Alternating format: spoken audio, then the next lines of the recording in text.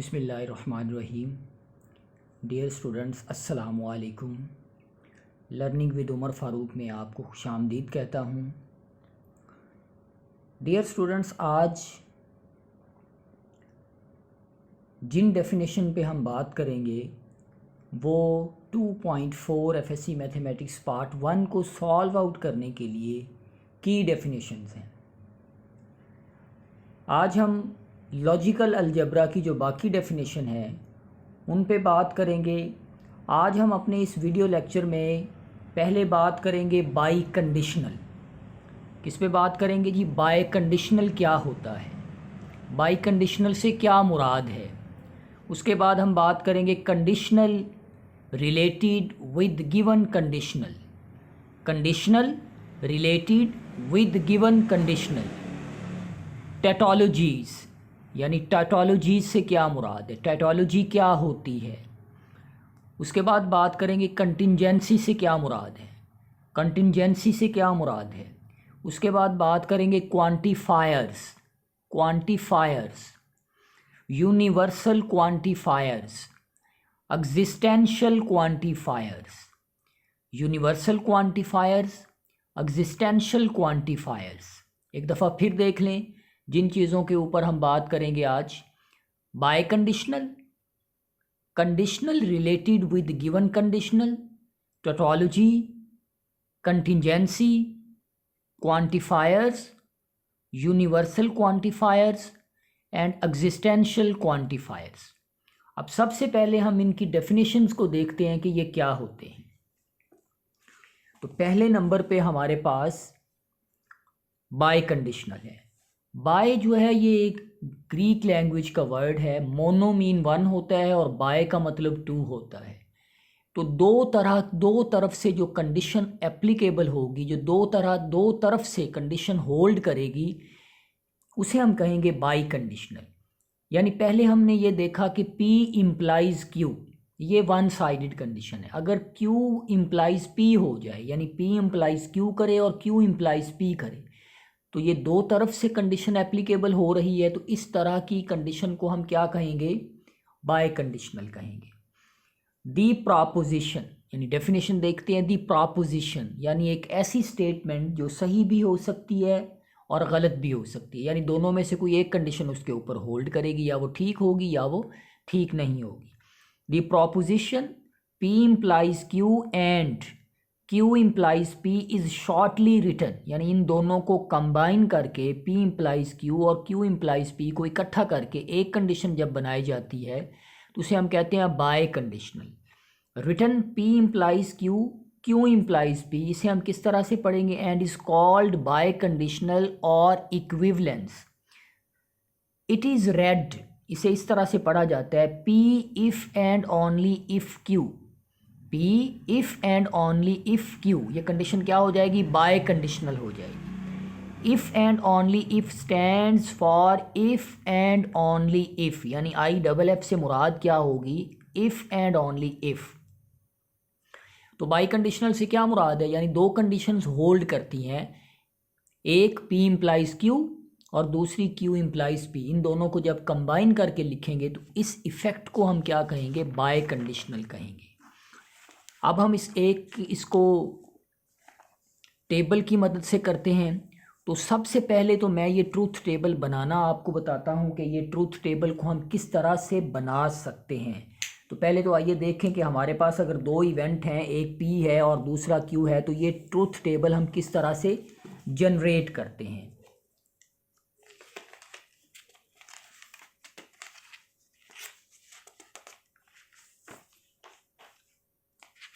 देखते हैं जी। फ़र्ज़ करते हैं जी हमारे पास एक इवेंट P है और एक इवेंट Q है, यानी दो पॉसिबल इवेंट्स हैं हमारे पास। तो मैंने आपसे कहा था कि जितने इवेंट्स होते हैं उतनी 2 की पावर्स के अंदर उस पर पॉसिबिलिटीज़ बनती हैं, यानी उतने इवेंट्स बनेंगे। तो 4 हमारे पास बनते हैं। तो देखें ज़रा शुरू किस तरह से करना है। 4 टोटल हैं हमारे पास, तो हम लिखेंगे जी ट्रू, उसके बाद फिर ट्रू, फिर फॉल्स, उसके बाद फिर फॉल्स। अब इसका जो उलट है, सॉरी यहाँ से ही शुरू करेंगे। Q हो जाएगा ट्रू, ये हो जाएगा फॉल्स, ये हो जाएगा ट्रू और ये हो जाएगा फॉल्स। ये हमारे पास इवेंट को लिखने का तरीका है कि हम किस तरह से इनको लिखते हैं। अब फर्दर देखते हैं कि किस तरह से हमने करना है। अब देखिए, दो इवेंट थे हमारे पास P एंड Q, तो ट्रू ट्रू फॉल्स फॉल्स, फिर Q क्या आ जाएगा, ट्रू फॉल्स ट्रू फॉल्स। अब देखिए ये बड़ा ज़रूरी है अब हमारे लिए समझना, P इम्प्लाइज Q, यानी P इम्प्लाइज Q को किस तरह से हम लिखेंगे। इसके लिए मैं आपको पहले जो कंडीशन है इम्प्लीकेशन की वो मैं बताता हूँ कि वो क्या होती है, फिर इस पे बात करेंगे। इम्प्लीकेशन की कंडीशन है हमारे पास, या कंडीशनल की कंडीशन है हमारे पास, ये compound statement of the form if P then Q also written P implies Q is called a conditional or an implication. P is called the antecedent, यानी जो पहला इवेंट है उसको हम इंटेसिडेंट कहते हैं या हाइपोथेसिस कहते हैं, और Q जो है जो हमारा रिजल्ट आता है उसको हम कॉन्सिक्वेंट कहते हैं या कंक्लूजन कहते हैं। अब इसमें जो इम्प्लीकेशन है यानी जो इम्प्लाइज है उसमें ये आपने याद रखना है कि ये हमारे पास जो इवेंट है P का true true false false, true false true false, इसको किस तरह से लिखेंगे। अगर तो दोनों ट्रू हैं तो आंसर ट्रू आएगा। याद रख लें, ये बड़ा ज़रूरी है ये वाला इतना हिस्सा, कि पहला अगर ट्रू है, P इम्प्लाइज Q कर रहे हैं तो P वाला ट्रू है और Q वाला फॉल्स है तो आंसर फॉल्स निकलेगा। क्या कहा मैंने, इम्प्लाइज की कंडीशन में अगर पहले वाला ट्रू है और दूसरे वाला फॉल्स है तो इसका आंसर फॉल्स निकलेगा, क्योंकि ये डिपेंड करता है हमारे कंक्लूजन के ऊपर कि कंक्लूजन हमारा क्या है, और फॉल्स के बाद अगर ट्रू है तो इसका जवाब ट्रू निकलेगा इम्प्लाइज की कंडीशन में, और अगर दोनों फॉल्स हैं तब आंसर हमारा ट्रू निकलेगा। अब देखते हैं जी, अब इम्प्लाइज ये तो हमने देखा जी कि दो इवेंट थे, इनका हमने ट्रूथ टेबल जनरेट कर दिया इन इवेंट का।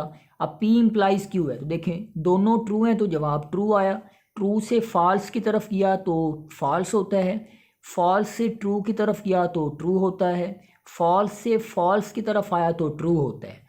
अब उसके बाद हमने जाना है Q से P की तरफ, Q इम्प्लाइज P, यानी यहाँ से यहाँ आना है तो देखें यहाँ से शुरू करेंगे, ट्रू से ट्रू ट्रू हो गया, फॉल्स से ट्रू ये ट्रू हो गया, ट्रू से फॉल्स की तरफ जाएंगे तो ये फॉल्स हो गया, और दोनों फॉल्स हैं तो जवाब हमारे पास क्या आ गया, फॉल्स निकल आया।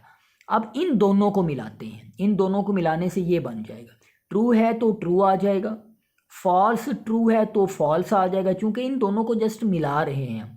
ट्रू से फॉल्स की तरफ जाएंगे तो फिर फॉल्स आ गया, ट्रू से ट्रू की तरफ जाएंगे तो ट्रू आ गया। तो देखें ये जवाब बराबर है आपस में, ठीक हो गया। अब अगली हमारी कंडीशन जो डेफिनेशन है वो है conditional related with the given condition. ये भी बड़ा आसान है, यानी हमारे पास फ़र्ज़ कर लेते हैं लेट P इम्प्लाइज Q, यानी P से इम्प्लाई करता है Q, बी ए गिवन कंडीशन, ये कंडीशन है हमारे पास P से Q की तरफ। तो पहला क्या है कि अगर हम इनको उल्टा दें, Q से P की तरफ कर दें, जिस तरह अभी हमने पीछे किया था, पहले P से Q था फिर आगे क्या हो गया, Q से P हो गया, इसको कहते हैं कन्वर्स। यानी अगर हमारे पास एक इवेंट है P इम्प्लाइज Q और इसको क्या कर देते हैं, Q इम्प्लाइज P कर देते हैं, तो इसको क्या कहते हैं, कन्वर्स कहते हैं। कन्वर्स किसका कहेंगे, जिसको उल्टा गया है, जिसको उल्टा के लिखा गया उसका कन्वर्स कहेंगे। यानी Q इम्प्लाइज P बुनियादी तौर पर कन्वर्स है किसका, P इम्प्लाइज Q का। दूसरे नंबर पे अगर जो हमें दिया हुआ है उसको नॉट करके लिख दे, not P implies not Q, या negation P implies negation Q, इसको हम कहते हैं इन्वर्स। इन्वर्स क्या होता है कि P को क्या ले जाएं, नॉट P में ले जाएं, Q को क्या ले जाएं, नॉट Q में ले जाएं, तो इसको हम क्या कहते हैं, इन्वर्स कहते हैं P इम्प्लाइज Q का। अब अगर इन्वर्स को उलट कर दें, यानी इन्वर्स का कन्वर्स ले लें, यानी नॉट Q पहले लिख दें और नॉट P बाद में इम्प्लाई करवा दें, तो इसे हम कहते हैं कंट्रापॉजिटिव P इम्प्लाइज Q का। अब इसे एक दफ़ा और देख लेते हैं। अगर हमारे पास कोई इवेंट है P इम्प्लाई Q करता है, तो अगर इसकी पोजीशन को चेंज कर देते हैं, Q से P की तरफ इम्प्लाई करते हैं, तो इसे हम कहते हैं कन्वर्स। कन्वर्स क्या होता है कि अगर हमारे पास फ़र्ज़ कर लें 1 से इम्प्लाई 2 करता है और अगर 2 से 1 की तरफ इम्प्लाई कर जाए तो इसे हम कहेंगे कन्वर्स। और अगर हमें जो भी इवेंट दिया हुआ है उसकी निगेशन कर दें, पी है तो नॉट पी कर दें, इम्प्लाई वैसे का वैसे रहने दें, और अगला कर दें नॉट क्यू कर दें, यानी उसकी भी निगेशन कर दें। इसे हम कहते हैं इन्वर्स, इसी का इन्वर्स, यानी निगेशन करें और बाकी वैसे का वैसे रखें। अगर हम इन्वर्स को उलट कर दें, उलट से मुराद ये है कि क्यू की पोजीशन पहले लें और नॉट पी की पोजीशन बाद में ले जाएं, तो इसे हम कहते हैं कंट्रा पॉजिटिव। यानी कि इन्वर्स का जब दोबारा कन्वर्स लेंगे तो उस कंडीशन को हम क्या कहते हैं, कंट्रा पॉजिटिव कहते हैं। अब एक टेबल की मदद से इनको देखते हैं किस तरह से है। अब देखिए ज़रा, यहाँ हाथ रखते हैं हम, तो इन दो इवेंट्स का हम टेबल बनाते हैं। तो क्या बनाने का तरीका है कि true true false false. Q के बनाने का क्या तरीका है कि ट्रू से शुरू करेंगे, फिर फॉल्स हो जाएगा, फिर ट्रू हो जाएगा, फिर फॉल्स हो जाएगा। अब हमने क्या करना है, निगेशन करनी है पी की, यानी पी का उलट करना है। तो यहाँ ट्रू था तो इसकी निगेशन क्या हो जाएगी, फॉल्स।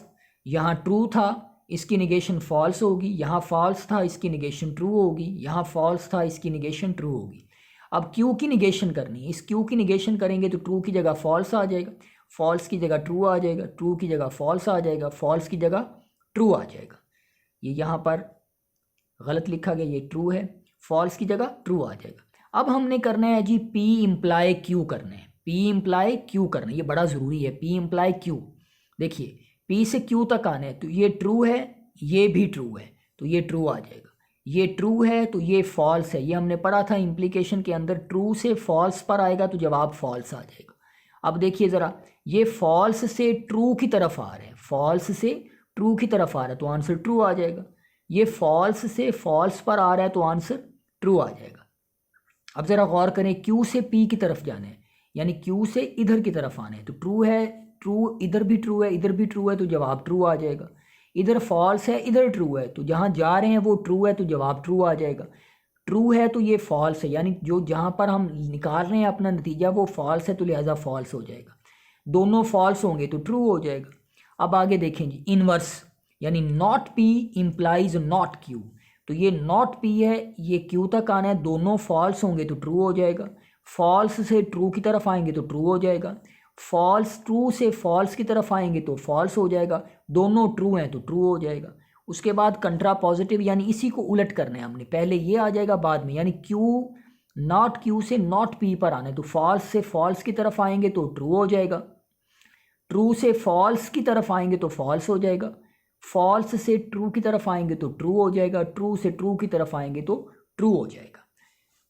तो आप ये याद रखें, any conditional and its contrapositive are equivalent. कोई भी कंडीशनल जो होती है, यानी ये वाली जो भी कंडीशनल है, जो भी कंडीशनल है वो हमेशा अपने कंट्रा पॉजिटिव के बराबर होती है। याद रख लें, ये ऑब्जेक्टिव में आ सकता है कि कोई भी कंडीशनल, यानी अगर P इम्प्लाइज Q करता है तो इसका जो कंट्रा पॉजिटिव होगा, यानी not Q implies not P होगा, ये दोनों आपस में बराबर होंगे। Any conditional and its contrapositive are equivalent, therefore any theorem may be proved by providing its contrapositive. The converse and inverse are equivalent. Converse और इन्वर्स जो होता है ये आपस में इक्विवेलेंट होते हैं, यानी बराबर होते हैं, उनके रिजल्ट्स आपस में सेम आते हैं। यहाँ पर दो बातें बड़ी ज़रूरी हैं। पहली बात यह है कि कोई भी कंडीशनल जो होती है वो अपने कंट्रा पॉजिटिव के इक्वल होती है, इक्विवेलेंट होती है, उनके जवाब बराबर आएंगे आपस में। दूसरी बात जो होती है वो जो कन्वर्स होता है और इन्वर्स होता है वो आपस में इक्विवेलेंट होते हैं। कन्वर्स होता है और इन्वर्स होता है आपस में इक्विवेलेंट होते हैं। अब जी आगे हम एक और डेफिनेशन की बात करते हैं, वो डेफिनेशन है टोटोलॉजी। टोटोलॉजी से क्या मुराद होती है? टोटोलॉजी से क्या मुराद होती है? A statement which is true for all the possible values, यानी वो स्टेटमेंट जो जिसमें हर जवाब जो है वो ट्रू आ जाए। ऐसी स्टेटमेंट जिसमें हर पॉसिबल वैल्यू क्या आ जाए, ट्रू आ जाए, उसको हम टोटोलॉजी कहते हैं। A statement which is true for all the possible values of the variables involved in it is called a tautology. For example, P implies Q if and only if not Q implies not P। ये अभी हमने बात की थी कि जो conditional होता है वो अपने ही कंट्रा पॉजिटिव के इक्विवेलेंट होता है। ये यहाँ पर हमने बात की कि जो कंडीशनल होता है वो अपने ही कंट्रा पॉजिटिव के इक्विवेलेंट होता है, यानी उनके जवाब आपस में बराबर आते हैं। तो इसका मतलब है ये एक टोटोलॉजी बनाएगा ये पूरा हिस्सा, यानी उसके सारे जवाब जो हैं वो ट्रू ट्रू में आ जाएंगे। नंबर 2 के ऊपर क्या है, a statement which is always false, यानी वो स्टेटमेंट जिसके सारे जवाब जो हैं, जिस तरह ये सारे जवाब जो हैं ये सारे टी टी टी टी आ रहे हैं, ट्रू आ रहे हैं, तो इसको टोटोलॉजी कहेंगे। और अगर कोई ऐसी स्टेटमेंट जनरेट हो जिसमें ये टी टी टी जितने भी जवाब निकल के आए फाइनल वो सारे फॉल्स हों, गलत हों, दुरुस्त ना हों, उस स्टेटमेंट को हम एब्सर्डिटी कहते हैं। उस स्टेटमेंट का नाम क्या है, एब्सर्डिटी है, यानी कि टोटोलॉजी का टोटल उलट। टोटोलॉजी से मुराद एक ऐसी स्टेटमेंट है जिसके सारे जवाब ट्रू निकल के आए, और एब्सर्डिटी से मुराद एक ऐसी स्टेटमेंट है जिसके सारे के सारे जवाब गलत निकल के आए, फॉल्स निकल के आए, उसे हम एब्सर्डिटी का नाम देते हैं। आगे देखते हैं जी डेफिनेशंस।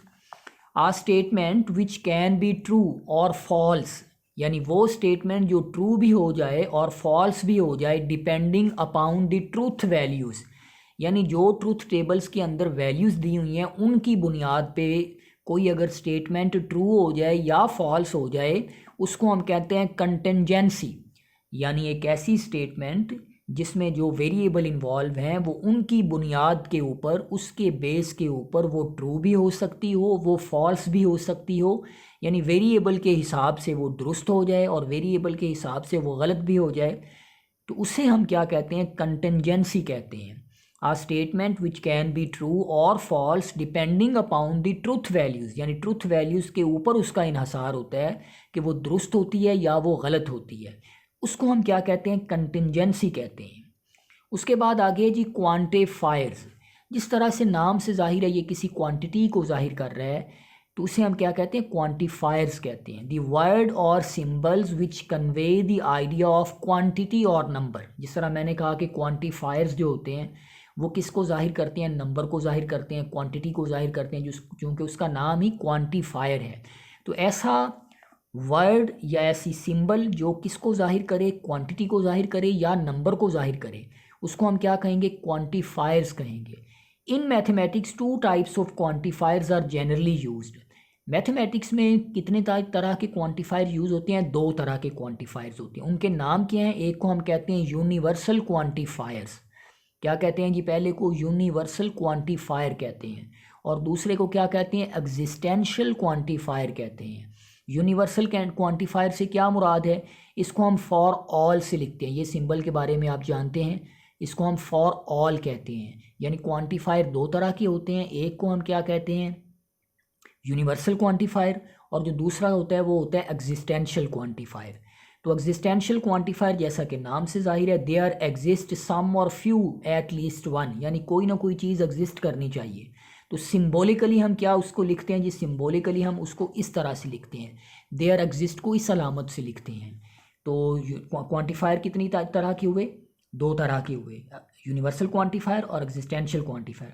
अब एग्जांपल देखते हैं, देखें, for all x belongs to A, P of x is true, यानी ये कौन सा क्वांटिफायर है, फॉर ऑल का, यानी यूनिवर्सल क्वांटिफायर है। अब दूसरे नंबर पे देखें, there exist x belongs to A, P of x is true, तो देयर एग्जिस्ट कम अज़ कम कोई एक रकम तो वहाँ मौजूद ही होगी ना, किसी एक की तो एग्जिस्टेंस मौजूद होगी तो वो ट्रू होगा या उसकी बुनियाद पे वो फॉल्स होगा। तो डियर स्टूडेंट्स, आज के इस वीडियो लेक्चर में हमने डिफरेंट टाइप्स की डेफिनेशन को किया जो हमारे पास एक्सरसाइज 2.4 में यूज़ होनी थी, जिसमें बाय कंडीशनल की डेफिनेशन थी, यानी क्या थी डेफिनेशन, पी इम्प्लाइज क्यू और क्यू इम्प्लाइज पी, ये थी हमारे पास। उसके बाद conditional related with given conditional, tautologies को हमने देखा, कंटिंजेंसी को देखा, क्वांटिफायर्स को देखा, एब्सर्डिटी को देखा, यूनिवर्सल क्वांटिफायर्स को देखा और एग्जिस्टेंशियल क्वांटिफायर्स को देखा, और फिर इनके ऊपर है कि हमने लास्ट पे एक एग्जांपल भी देखी कि इनको किस तरह से किया जाता है, और ट्रुथ टेबल को भी हमने बनाया कि ट्रुथ टेबल के अंदर कौन सी वैल्यूज़ को किस तरह से लिखा जाता है। तो इसके बाद नेक्स्ट वीडियो लेक्चर में हम 2.4 एक्सरसाइज को सॉल्व आउट करेंगे। अगर आप इस चैनल पे नए हैं तो इसे सब्सक्राइब करें, बेल आइकन को दबाएं, वीडियो पसंद आए शेयर करें, कोई भी सवाल आपके जहन में हो तो आप कमेंट सेक्शन में मेरे से पूछ सकते हैं। Thank you very much.